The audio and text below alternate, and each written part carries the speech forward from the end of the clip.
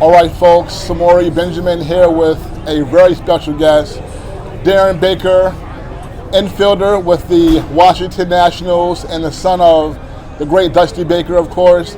Darren, man, it's really a pleasure to meet you, and thank you for joining me. Thank you for having me, brother. Yeah, and first, what's it like just being here in Citi Field, and how about that? Yeah, I mean, it's awesome. I was here when they played the Royals in the World Series. I came for that series, so it was pretty cool. Huge scoreboard, so pretty awesome. I gotta tell you, man, your father, he means a lot to me, and because I'm someone who I started covering Major League Baseball around 2007, right? And 2008, I remember your father, he brought me into his office at Shea Stadium before a game for like a half hour and gave me all this time, and it meant a lot to me, something that I still remember, of course. And then every time I would come to the ballpark and his team was in New York, he would always help me out any way he could and gave me access, and I did it. So anyway, I just wanted you to know that, and I'll tell you more about that later. But, all right, cool.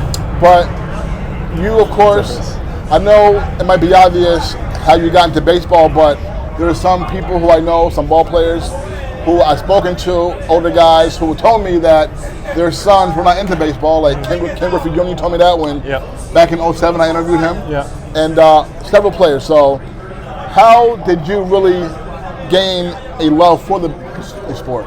Yeah, I give the credit to my parents. They never really forced me or pressured me or made the game just not fun, and they kind of let me find the love for myself. And it's not for everybody, man. I mean, just because my dad played, you got to find the love for yourself. So kind of what they let me do. And of course, I know you get reminded about the time you were 3 at the World Series in 2002. So you were only 3, and from that we could see that you really, at that age, were into the game. I mean, so what do you remember just about that time, and just what really gave you the passion for it? Yeah, I mean, for me it was just fun going to the ballpark with Dad. I mean, for as long as I can remember, I wanted to play baseball, like sliding around on the carpet and throwing the ball in the house and stuff like that. So I think all of that just came together. Kenny Lofton was my favorite player, so I had to make sure I went to go get his bat, and here we are.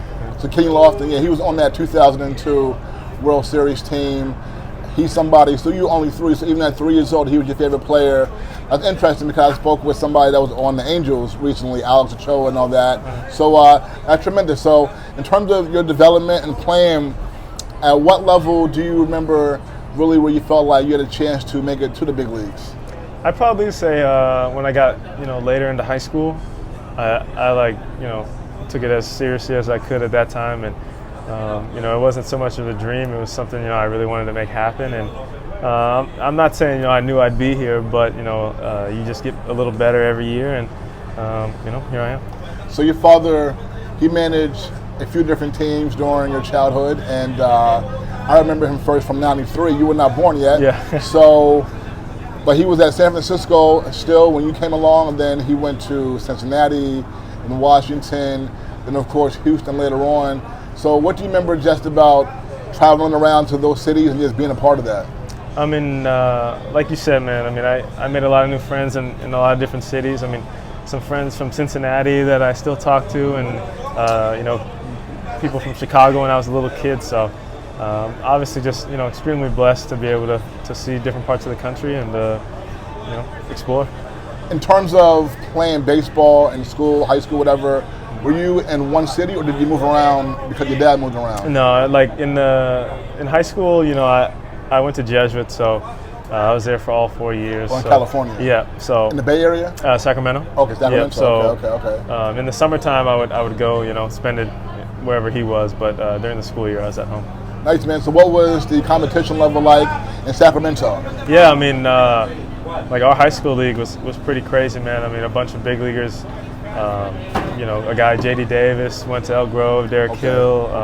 Derek Hill. Yeah. Oh, you know what? I interviewed Derek Hill like last month. Yeah, you're right. He went to Sacramento. Yeah, he moved there. That's my boy. I know him since I was like 12. And then Roddy Tellez, same thing. I known him since I was 12. Wow. So, all these guys I've played against or with in some capacity for years. So nice.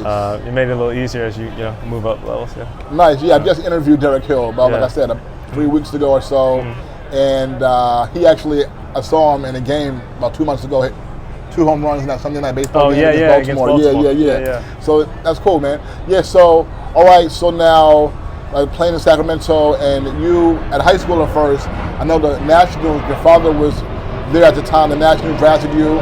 You decided to go to school to University of California, right? So what made you decide to bypass the pros, minor leagues at that time and go to college? I just think, not everybody's ready, straight out of high school. I'd never been, away from home. I had never, done a lot of that stuff on my own. I didn't know about taxes and, my contract getting taxed and stuff like that. So it's just personal and just, for me, I feel like I made the right choice.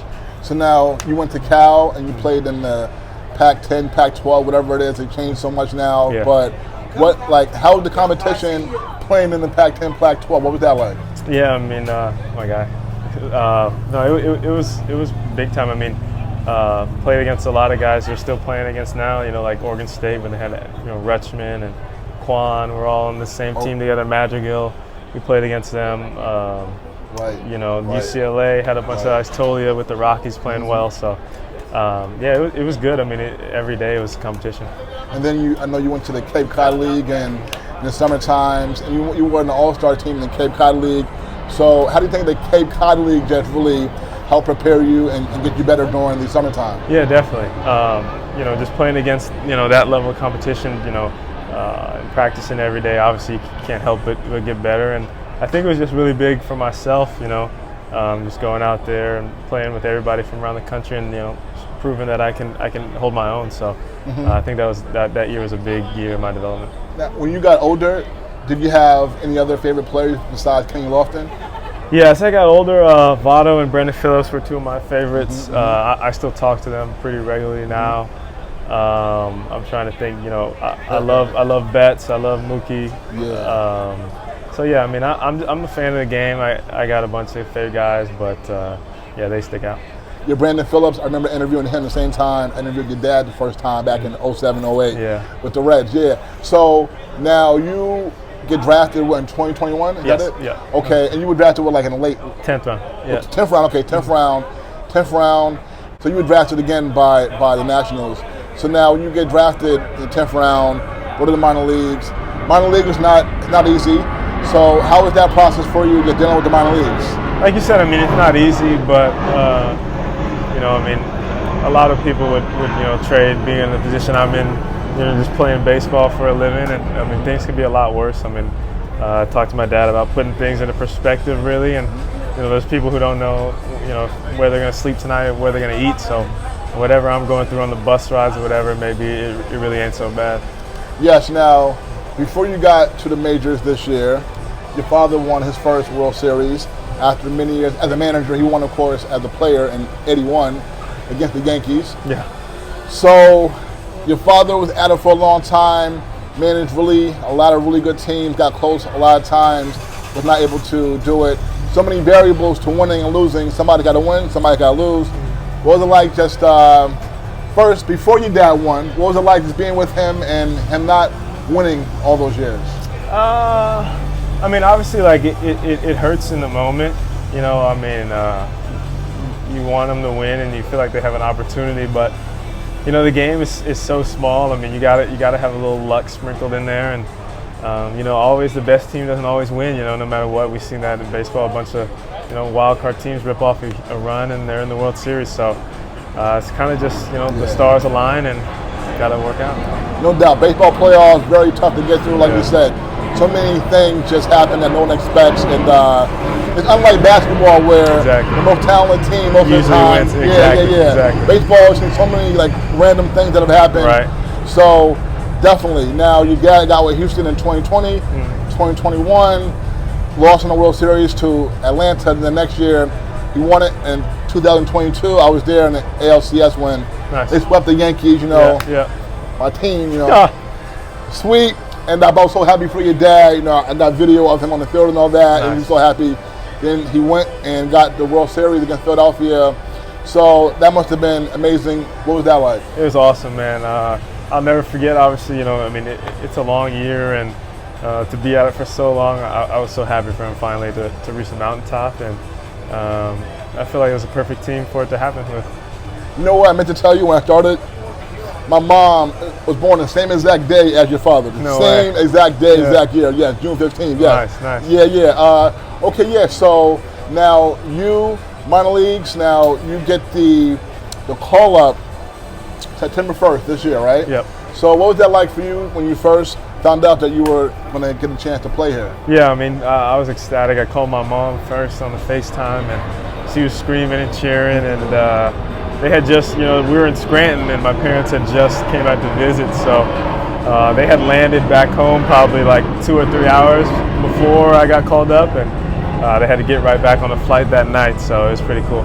That's beautiful. So what do you remember just about that first game playing in D.C.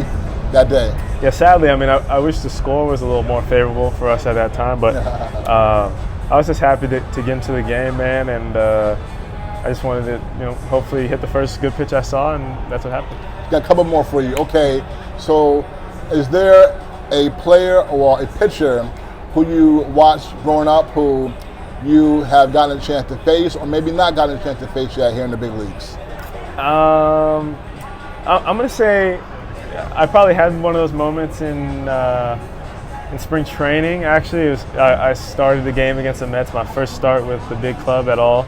And, Lindor got to second, and he was chopping it up with me. I've been a huge fan forever, so I think that was probably one of the first times I've ever felt like that, yeah. Okay, and last one here for you. In your life, who's been the most talented ball player that you've played with? That's a good one, man. I'm going to put Andrew Vaughn up there somewhere. He was, some of the stuff he did was unbelievable. I got to put James Wood, and I'm going to put Dylan Cruz in there, man. I mean, these two guys, I've had a chance to see them from the inside out, and it's pretty unbelievable. Before I let you go, I got to ask you what it was like being around Barry at a young age. Yeah, I mean, he was the man with me. I have a bunch of pictures with Barry. I still, I call him all the time. I hit with him in the off season sometimes in San Ramon. So, he's more like an uncle to me. So. Awesome. Okay, so before, I just want people to know, yes, your father, Dusty Baker, really means a lot to me. He helped me out when he did not, when I was just, a young reporter. And so it means a lot. It means everything to me. And yeah, from the time he was with the Giants, when he first year as a manager in '93, that's when I first really found out who your dad was as a kid, and then all the way through seeing him manage and then being able to meet him and have him to help me out and to show me love. It means everything. So thank you to your father, Dusty. And folks, this is Darren Baker, rookie infielder here with the Washington Nationals. I'm looking forward to seeing you play over the years, my man. Thank you, my man. And thank you. All right, folks, we're back.